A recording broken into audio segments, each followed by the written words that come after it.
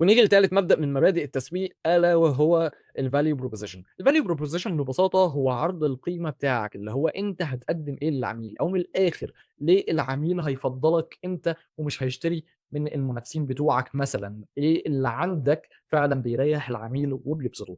اللي ظاهر قدّامك على الscreen ده بنسميه الvalue proposition canvas، وهو مجرد نظام سهل جدًا بيسهّل عليك إن أنت تفكّر وتحدد الvalue proposition بتاعتك أو القيمة بتاعتك اللي أنت بتقدّمها للعميل. عن طريق إن هو بيقسّمها ل3 أجزاء أو لجزئين أقصد رئيسيين. الأول الcustomer profile اللي هو إيه الcustomer بتاعك إيه احتياجاته وإيه مشاكله، والجزء التاني ألا وهو الvalue map.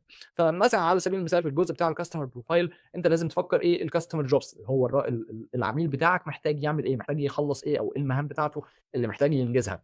بالتالي لازم تفكّر في الخطوة اللي بعدها في إيه الpains أو إيه الآلام أو المشاكل اللي بيواجهها في حياته، وبالتالي بيفكّر في الخطوة التالتة ألا وهي الgains المكاسب اللي هو محتاج إن هو يحققها، أو النجاحات اللي هو محتاج يوصل لها، عشان في النهاية تبدأ أنت بناءً على فهمك للcustomer profile تعمل value map تقدر إن أنت تتارجته بيه. فمثلًا لو هو محتاج قدّام الcustomer jobs اللي هو محتاج يعملها أنت بتقدم له products معيّنة أو services معيّنة بتساعده إن هو يخلّص الjob دي أو يخلّص الجزء اللي المفروض يعمله أو المهمة بتاعته من الآخر.